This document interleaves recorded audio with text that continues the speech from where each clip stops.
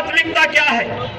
हमारी प्राथमिकता सड़क, बिजली, पानी, स्वास्थ्य की सुविधा, अच्छी शिक्षा है, या फिर हमारी प्राथमिकता कब्रिस्तान और करबला है? मैं आप सबसे ये अपील करने के लिए आया हूं कि बंधुओं, जिनकी प्राथमिकता विकास है, सड़क पर हर जाति, हर मत, हर मजहब के लोग चलते हैं। बिजली 24 घंटे आए। भारत के प्रधानमंत्री श्री नरेंद्र मोदी जी ने पंडित दीनदयाल उपाध्याय ग्राम ज्योति योजना इसलिए प्रारंभ की। उस योजना के अंतर्गत हम लोगों का लक्ष्य है, हर गरीब के घर तक हम बिजली जलाएंगे, हर गरीब के घर तक बिजली पहुंचाएंगे और 2019 तक हर गांव को 24 घंटे बिजली देने का काम करेंगे। हमारी प्राथमिकता बिजली देने की है, हमारी प्राथमिकता शुद्ध पेयजल देने की है, हमारी प्राथमिकता इन नौजवानों को नौकरी और रोजगार देने की है, हमारी प्राथमिकता किसानों को आगे बढ़ाने की है, उसकी उपज आने वाले समय में दुगना करने की है। हमारी प्राथमिकता देश के अंदर, प्रदेश के अंदर परंपरागत उद्योगों को आगे बढ़ाने का है। परंपरागत उद्योगों की जब बात होती है तो भदोई के कालीन की भी बात होती है। जब परंपरागत उद्योग की बात होती है तो मुरादाबाद के पीतल की बात होती है, बरेली के चूड़ियों की बात होती है, रामपुर के चाकू की बात होती है, अलीगढ़ के ताले की बात होती है। लेकिन पिछले 14 वर्षों में परंपरागत उद्योग समाप्त हुआ है, और समाप्त इसलिए हुआ है क्योंकि नई टेक्नोलॉजी के साथ इन उद्योगों को आज प्रतिस्पर्धा के साथ खड़ा करने के लिए जिस प्रकार की सुविधा चाहिए थी, उस प्रकार की सुविधा देने में प्रदेश की सरकार विफल रही।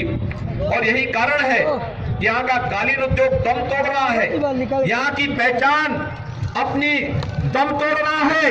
लेकिन ये उत्तर प्रदेश सरकार के, कहीं भी उत्तर प्रदेश सरकार के लिए चिंता का विषय कभी नहीं रहा। और इसलिए बंधुओं, हम सब आज आपके बीच आए हैं। आपने केंद्र में श्री नरेंद्र मोदी जी के नेतृत्व की भारतीय जनता पार्टी की सरकार के 2.5 वर्ष के कार्यकाल को देखा है। हमने चुनाव के पहले कहा था कि सबका साथ, सबका विकास। हमने कहा था कि हम विकास सबका करेंगे, लेकिन तुष्टीकरण किसी का नहीं करेंगे। हम जानते हैं कि उत्तर प्रदेश के विकास में 2 तत्व बाधक हैं, या तो जातिवाद की राजनीति या तुष्टीकरण की राजनीति। जातिवाद की राजनीति समाज को बांटती है, जाति के नाम पर, क्षेत्र के नाम पर, भाषा के नाम पर, पंथ के नाम पर, अगड़े पिछड़े के नाम पर, सवर्ण हरिजन के नाम पर, और फिर सामाजिक ताने बाने को छिन्न भिन्न करके शासन की योजनाओं को तुष्टीकरण की भेंट चढ़ाया जाता है, जिसका परिणाम है या उत्तर प्रदेश में सपा या बसपा कोई भी सत्ता में आती है, या तो अतीक अहमद और मुख्तार अंसारी जैसे गुंडों को सरेआम संरक्षण देने का कार्य इनके द्वारा होता है। आप भूले नहीं होंगे इन गुंडों की कारगुजारियों को, इनके कुकृत्यों का भूले नहीं होंगे, और कैसे इनके द्वारा आतंकवाद को भी प्रश्रय दिया जाता है। आपने समाजवादी पार्टी सरकार का फैसला देखा होगा। चुनाव 2012 के विधानसभा चुनाव के पहले उत्तर प्रदेश में समाजवादी पार्टी ने कुछ बातें कही थी। उसने कहा था कि हम सत्ता में आएंगे तो बेरोजगारों को, नौजवानों को बेरोजगारी भत्ता देंगे, कन्याओं को कन्या विद्याधन देंगे, हर गरीब को मकान देंगे, हर गरीब को राशन देने का कार्य करेंगे, और बिना भेदभाव के सत्ता का संचालन करेंगे। 2012 के बाद पूर्ण बहुमत की प्रदेश में समाजवादी पार्टी की सरकार बनी, और सरकार बनने के बाद इन्होंने कार्य क्या किया? सत्ता में आए, सबसे पहला कार्य किया, जिन आतंकवादियों ने हिंदुओं की आस्था के प्रतीक अयोध्या में भगवान राम की जन्मभूमि पर हमला किया था,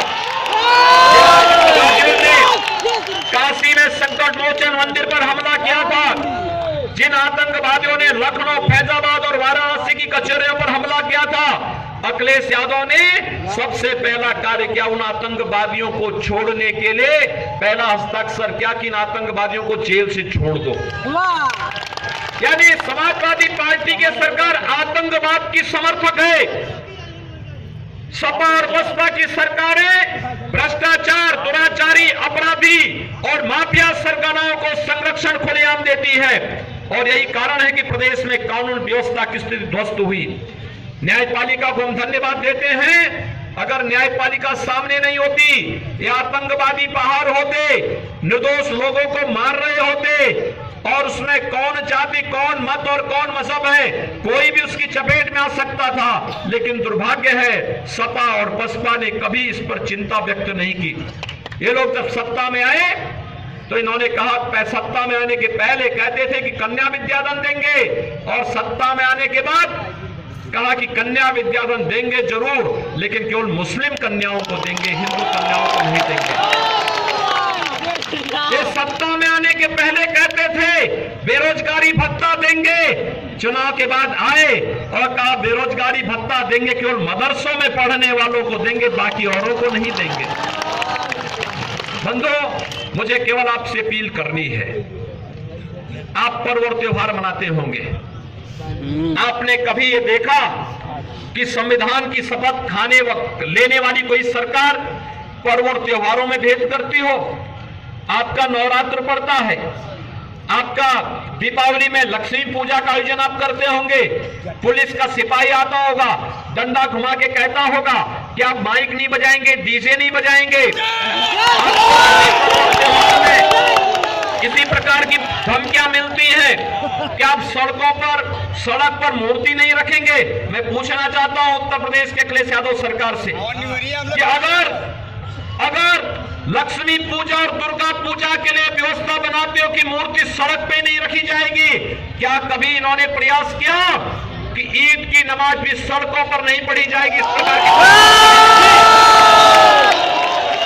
क्या कभी दुर्गा जी की मूर्ति और लक्ष्मी जी की मूर्ति को रखने के लिए नियम बनाने वाले, तय करने वाली समाजवादी पार्टी की सरकार ने क्या कभी ये प्रयास किया कि अगर मूर्ति के लिए इनके द्वारा शर्तें रखी जाती है तो क्या मुहर्रम के ताजिया के लिए कोई शर्त कभी इन्होंने कभी रखा? या आपको माइक और डीजे बजाने से रोकती है? शिव के कांवड़ जाएंगे, कहते माइक नहीं बजेगा। दुर्गा जी की मूर्ति विसर्जन के लिए जाएगी तो डीजे और माइक के नाम पर आपके साथ भेदभाव होता है, आपको प्रताड़ित किया जाता है, झूठे मुकदमे लिखे जाते हैं, आपको अपमानित किया जाता है। लेकिन मुहर्रम के जुलूस की उदंडता को उत्तर प्रदेश सरकार कभी रोक नहीं पाई। हम केवल आपको आश्वासन देने के लिए आए हैं। भारतीय जनता पार्टी ने अपने लोक कल्याण संकल्प पत्र में, यानी चुनाव घोषणा पत्र में कुछ बातें कही हैं। भारतीय जनता पार्टी ने कहा है, हम सत्ता में आएंगे, लघु और सीमांत किसानों के कर्जों को माफ करेंगे। भारतीय जनता पार्टी ने कहा कि सत्ता में आएंगे तो परंपरागत उद्योग को पुनर्जीवित करेंगे। सत्ता में आएंगे, इन नौजवानों को इंटरव्यू के लिए ग्रुप 3 और ग्रुप 4 की नियुक्ति के लिए इंटरव्यू की प्रथा समाप्त करेंगे, मेरिट के आधार पर हर जिले में नियुक्तियां देंगे। भारतीय जनता पार्टी ने कहा सत्ता में आएंगे तो किसी भी प्रकार की धांधली नहीं होने देंगे, लेकिन अवैध बूचड़ खानों को सख्ती के साथ रोकने का कार्य भी करेंगे। भारतीय जनता पार्टी ने स्पष्ट कहा कि सत्ता में आएंगे, आजम खान जैसे मुजरिमों के खिलाफ एंटी रोमियो स्क्वाड का गठन करेंगे। सड़क पर जहां भी सौदों की तरह बालिकाओं को छेड़ने का कार्य किया, वहीं पर उनको ठोकने का कार्य भी किया जाएगा।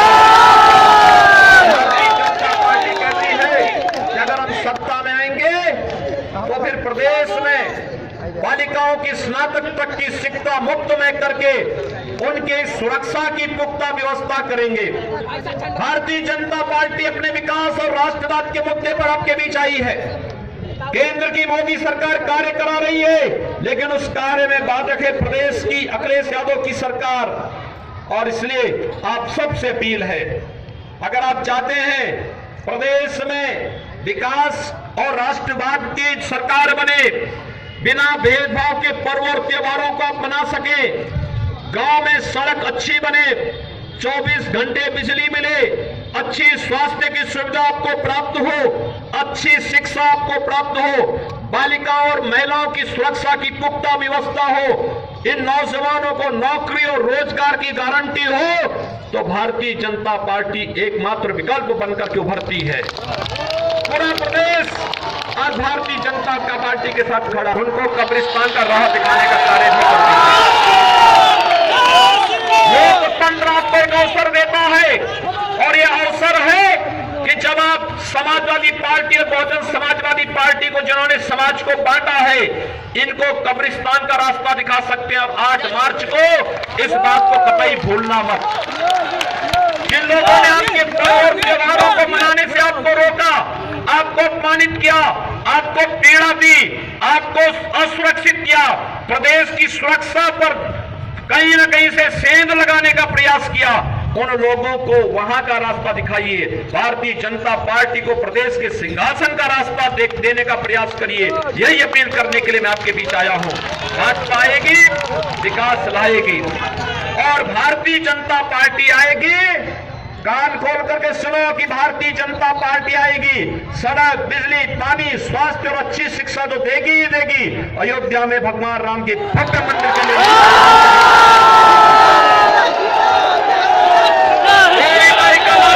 नहीं सकता, इसलिए भारतीय जनता पार्टी की सरकार बनाइए। श्री रविंद्रनाथ त्रिपाठी जी को भदोही विधानसभा सीट से भारी बहुमत से चुनाव जिता करके भेजिए। साथ ही साथ इस जनपद की अन्य जो सीटें हैं, भदोही से श्री रविंद्रनाथ त्रिपाठी, और से दीनानाथ भास्कर और ज्ञानपुर से महेंद्रनाथ बिंद, इन तीनों को भारी बहुमत से चुनाव जिता करके भेजिए। भारतीय जनता पार्टी की सरकार लाइए और प्रदेश में अराजकता, गुंडागर्दी, दुराचार और भ्रष्टाचार के खिलाफ भारतीय जनता पार्टी को मजबूत करिए। आप सबके प्रति मेरी शुभकामनाएं। धन्यवाद। जय श्री राम।